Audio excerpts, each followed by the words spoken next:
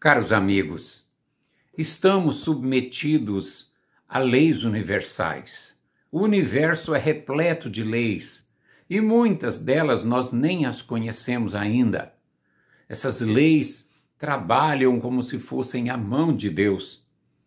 E muitos de nós que não conhecemos esse mecanismo, achamos que eu fui injustiçado, eu sou vítima disso e daquilo. Jesus disse: a semeadura é livre, mas a colheita obrigatória. É obrigatória, porque nós não conseguimos escapar da colheita. Ela está ligada a nós, registrada em nós, cada atitude. Se nós registrarmos em nós muitas atitudes de amor, de perdão, nós vamos gerando em nós um equilíbrio. E desenvolvendo o amor, nós seremos felizes. Chega um ponto que o nosso espírito se torna límpido, bem límpido. Ainda não é luz, mas límpido. Continuando, praticando bem, aí gera mais harmonia interior e nosso espírito começa a brilhar. Chega um ponto que fica brilhante. Assim é a vida. Agora, aqui na Terra, muitos irmãos sofrem de enfermidade incurável, como, por exemplo, a poliomielite, por exemplo. Tá? Ah, mas eu fui vítima. Não existe vítima na lei universal. Se a poliomielite te atacou, agradeça a Deus. Se sua perna está dificultosa, agradeça a Deus, porque ela está impedindo que você vá para lugares perigosos e que você quite erros que você cometeu no passado, que eu cometi, que nós cometemos, porque todos nós cometemos equívocos. Às vezes ficamos nervosinhos, fazemos uma bobagem, depois a colheita é doída, tá? Mas tem que colher. Isso só pode ocorrer na outra encarnação. Nós podemos corrigir erros desta encarnação desde já, nesta mesma encarnação? Podemos, depende do erro. Alguns erros nós praticamos muita caridade e limpa o que nós fizemos.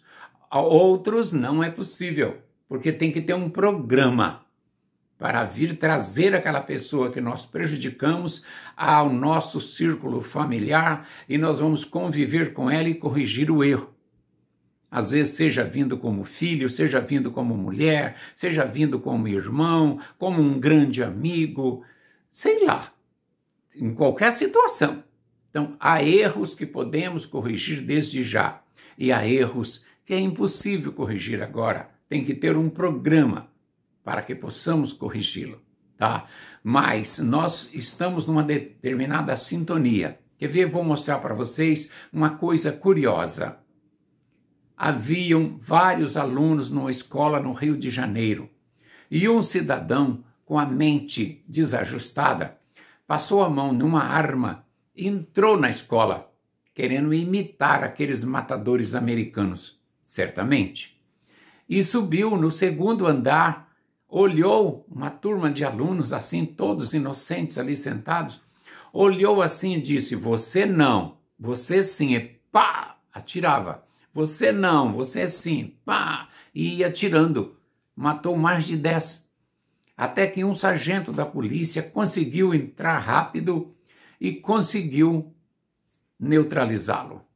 E ele assim matou, se não me engano, 11 alunos. Aí você vai dizer: tadinhos, eles foram vítimas. Não, não foram vítimas. Aqueles estavam na sintonia do erro, sintonia do sofrimento. E o bandido, na hora de olhar, ele sente o desejo de matar o outro, porque o outro tem o karma de morrer a bala. Você vai dizer: o quê? Sim, você não sabia disso? Pois isso acontece. Tem 3 pessoas aqui. Se vier um bandido para dar um tiro, a bala vai pegar naquele que deve, naquele que deu causa, tá? Naquele que tem karma. Se for um homem de bem, que não tem esse tipo de karma, o bandido chega, aponta a arma para ele, diz que vai atirar, não atira e vai embora e não atira. Vocês não sabiam disso? Aprendam, pois isso acontece muito. Mas então por que morrem tantas pessoas de bala perdida? Pessoas que têm o karma e se põem naquela direção naquela hora, tá? E aí a bala pega nele, porque ele precisa ser atingido. E se não existisse os bandidos atirando? Ele iria corrigir seu erro com outro karma, com outra programação, tá? Não duvidem, estudem a doutrina, abra o coração, não fique acreditando em fantasias. As interpretações que existem por aí dos evangelhos são cheias de boa vontade, querem ajudar e ajudam muito, mas são baseadas em interpretações dos apóstolos daquela época. Você abre o livro de Atos dos Apóstolos e vê Pedro ali dizendo que o Espírito Santo matou um homem que vendeu a sua propriedade e não deu dinheiro para a comunidade que eles haviam fundado. Fundaram lá na hora uma espécie de comunismo cristão, Pedro e os apóstolos, que ficaram divulgando após a morte de Jesus, é claro. E criou-se o hábito entre eles de vender tudo, entregar para a comunidade e viver da comunidade. Aí um determinado cidadão vendeu e ficou com uma parte. Pedro foi falar com Pedro, Pedro disse que o Espírito Santo matou-o e ele caiu morto. Aí veio a mulher dele e caiu morta também, porque ficou com um pedaço do dinheiro. Você já imaginou se o Espírito Santo existisse e matasse tudo quanto é ladrão que temos aqui no Brasil? Ia diminuir 90% da população. 90% não, mas 81% da população. Que absurdo! Ninguém vai fazer isso nada. Isso era naquele momento lá, os apóstolos ficaram empolgados em excesso com os ensinos de Jesus. E agora, nos dias atuais, você vê religiosos querendo fazer a mesma coisa. Naquela época, era aquela época. Era outro magnetismo, outro entendimento. Jesus não voltará, não tem sentido. Ele já disse, a volta dele é a própria doutrina espírita. Jesus voltou com o espiritismo para orientar a humanidade. Deixem de ser crianças. Fica com essas ideias de criança, querendo ser vítima. Eu não sou culpado de nada. Que vítima? Não existe vítima. Nada. Até uma pobreza que não consegue ser vencida não é vítima. Tá? Não tem jeito. Entendam bem. Estude a doutrina e leve a sério e ore muito. E para ir corrigindo seus erros, vá fazendo a caridade. Pratique a caridade, ajude o próximo sem nada querer. E nem contar que você é bonzinho. Não conte a ninguém nada de bondade. Para quê? Se você contar para alguém, você está desejando reconhecimento. Desejou reconhecimento, já é orgulho. E orgulho é doença da nossa alma que tem que ser extirpado. Como é que se extirpa o orgulho? Nos tornando humildes. Mas quem quer ser humilde? Ninguém quer. Todo mundo quer ser importante, famoso. Quem faz o bem não tem que ir atrás de fantasia nenhuma, nem de elogios algum. É só apenas fazer o bem, porque nós somos muito carentes de amor. Nós damos muito pouco amor. Nós fomos criados por Deus para amar, nós somos filhos do amor. Então, se eu sou filho do amor, tenho a genética do amor e não me dedico ao amor, então eu quero sofrer. Aí a natureza não me obriga, ela deixa eu sofrer. É igual o menino, o rapazote, que quer atravessar lá o skyline, que é aquela linha elástica lá. Aquilo exige muito equilíbrio. Enquanto ele não adquirir o equilíbrio, ele vai caindo, vai caindo, vai caindo. Nós também. Enquanto nós não atingirmos estabilidade emocional para fazer o bem, entender que a natureza é assim, nós estamos aqui para proteger tudo, tá? Vamos ser felizes sim, nós vamos vencer tudo isso e vamos chegar lá. O motivo de eu estar falando com vocês é para mostrar que colhemos aquilo que semeamos. A semeadura é livre, mas a colheita é obrigatória.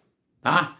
Não existe essa história de aconteceu comigo. O que ocorre é o seguinte, por exemplo, existem 50 pessoas numa sala.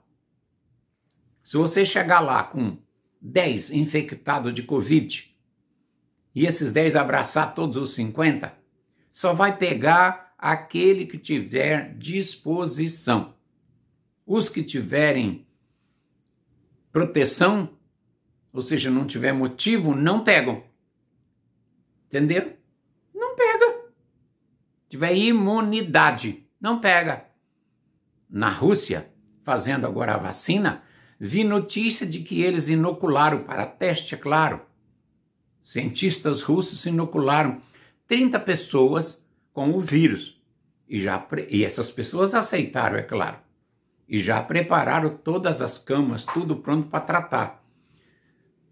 26 foram internados. 4 nem ligou. Mas por que esses 4 não adoecem? Porque eles têm imunidade. A imunidade vem do passado deles. Então você acha que Deus daria imunidade para um e não para outro? Hein? Nasceu numa condição, aí eu nasci no dia de lua cheia, então eu sou diferente. Conversa! Você é o que você vem construindo para você. Eu sou o que eu venho construindo para mim.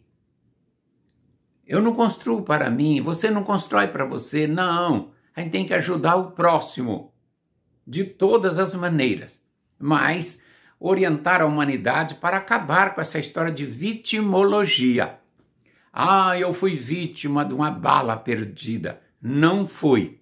Você se colocou ali naquela exata horinha e a bala pegou em você porque você tinha o karma de pegar a bala. Dizer que eu nunca acontece por acaso. Não, não existe por acaso. Tá? Não existe por acaso. Tá? E se eu não tivesse o karma? Se não tivesse o karma, você não ficaria ali naquela hora.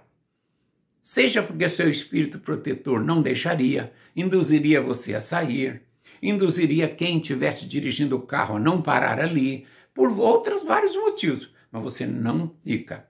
Cada um colhe aquilo que precisa colher. O Espiritismo veio substituir os entendimentos antigos, abrir os olhos da humanidade, mostrar que nós reencarnamos e esse planeta vai ser um planeta feliz. Não aqui, que nós não queremos viver aqui eternamente, aqui é enquanto estamos no corpo carnal. Mas assim que deixarmos o corpo carnal, vamos para as moradas espirituais, as cidades lindas espirituais. Cidades que parecem que é de outro planeta, de tão bonita que é. Mas não é, é daqui. E nós vamos pertencer a esse mundo lindo, mundo espiritual. Tenham ânimo. Todas as dificuldades que aparecem na vida nos fortalecem. Era para nos testar, tá? Não fiquem reclamando, não reclamem de nada. Abra e estudo e nem espere os outros te convencer, porque ninguém vai te convencer. É só você que se convence quando você estudar. O Espiritismo não é religião, é uma ciência maravilhosa das leis da natureza, tá? Mais um beijinho para vocês.